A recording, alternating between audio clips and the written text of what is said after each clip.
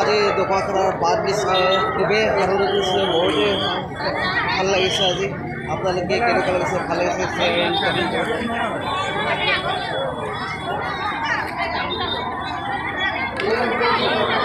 এয়া আপোনালোকক দেখাবলৈ সক্ষম হৈছোঁ দোকানখনৰ পাত দিওঁ। এয়া আপোনালোকে চাই থাকিব শ্বিলং ৰাজ্য ব্ল্যাঙ্কাৰ দিন দোকানখনৰ পাত দিওঁ। আপোনালোকে কামটো দি থকা ভিডিঅ' চিৰিজ আপোনালোকে কামৰ কাৰণে আপোনালোকে লাইক শ্বেয়াৰ কৰি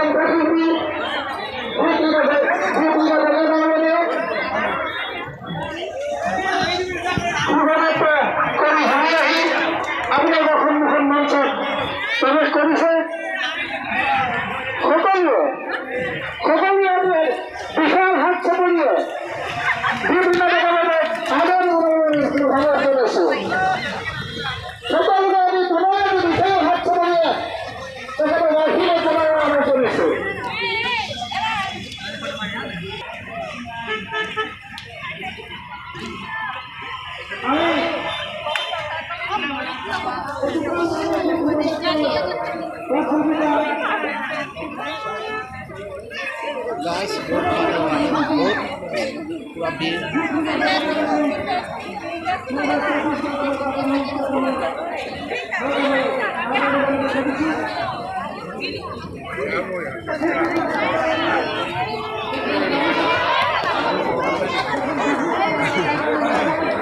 পিছতো বহুত মানুহ আছে,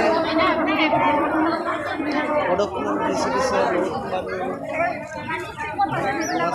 আপোনালোকে ভিডিঅ' ডিছপ্লেকে চাই থাকিব।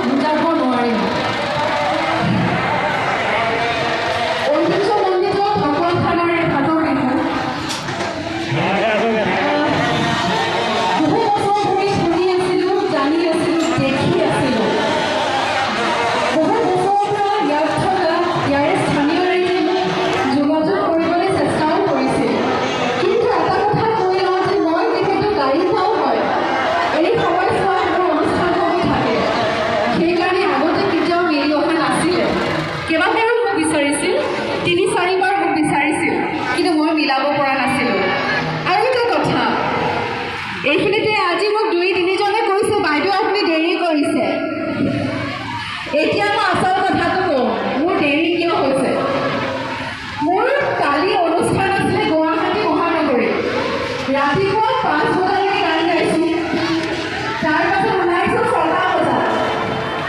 ইয়াতে আমি যেতিয়া গুগল মেপ চাবলৈ জানে নাই ইয়াত থকা গুগল মেপত দেখাইছে 9 ঘণ্টা। এতিয়া 6টা বজাত যদি আৰম্ভ কৰোঁ 9 ঘণ্টা হ'লে কিমান হ'ব?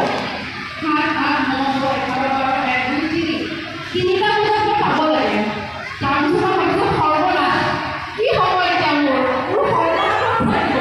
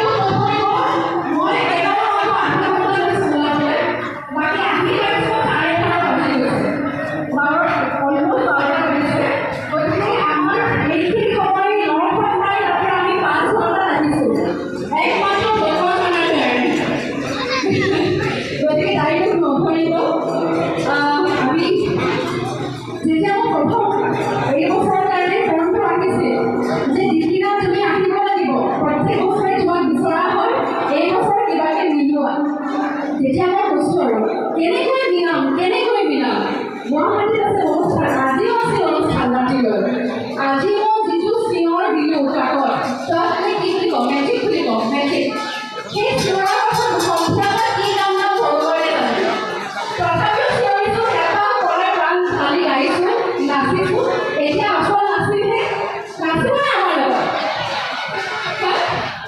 বাকী মই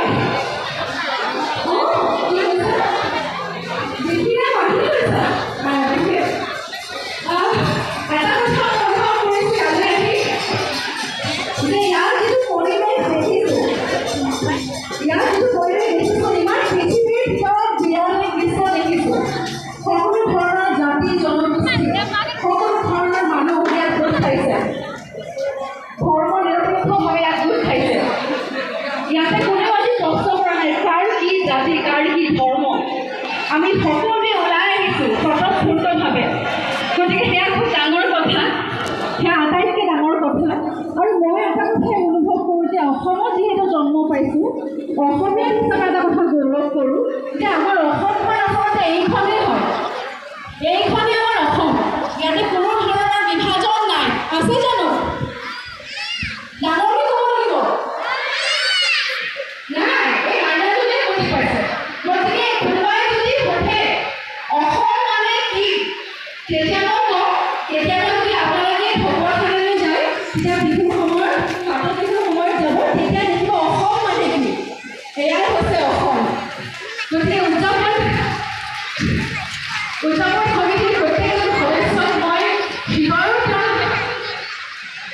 অন্তৰৰ গুণৰ পৰা মই ধন্যবাদ জনাওঁ আজি যিমানখিনি সন্মান আপোনালোকে মোক কৰিছে সঁচাকৈ ক'বলৈ গ'লে মই নাজানো যে মই ইমানখিনি যোগ্যতা মোৰ আছেনে নাই বহুত বেছি বছৰ মোৰ হোৱা নাই 2017 পৰা কাম কৰিছোঁ আজি আমাৰ মাজত হিয়াৰ টুকুৰাজন নাই জুবিতা নাই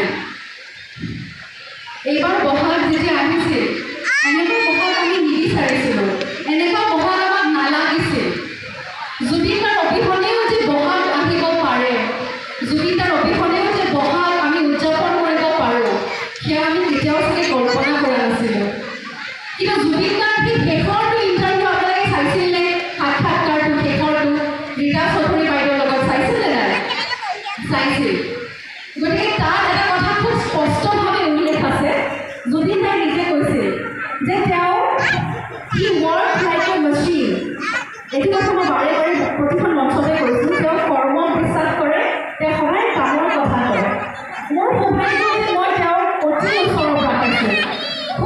সুস্থভাৱে পাইছোঁ। সেইবাবে খুব ভালকৈ ক'ব পাৰিছোঁ যে জুবিন দাই সদায় কামৰ কথা কয়, কাম কৰি যাব লাগিব, কৰ্ম কৰি যাব লাগিব, পুনৰ অসমৰ কথা কয়, বৰ অসমৰ কথা কয়। গতিকে ইয়াতে আজি যি দৃশ্য দেখিছোঁ, ইয়াতে আজি যি উদাহৰণ আপোনালোকে উদাহৰণ দাঙি ধৰিছে, সেয়া আচলতে যথেষ্ট অসমখনত আমাৰ ভাৰতবৰ্ষক ৰিপ্ৰেজেণ্ট কৰিবৰ কাৰণে, দেখুৱাবৰ কাৰণে। গতিকে ধন্যবাদ জনাইছোঁ। আজি বিহুৰ উদযাপন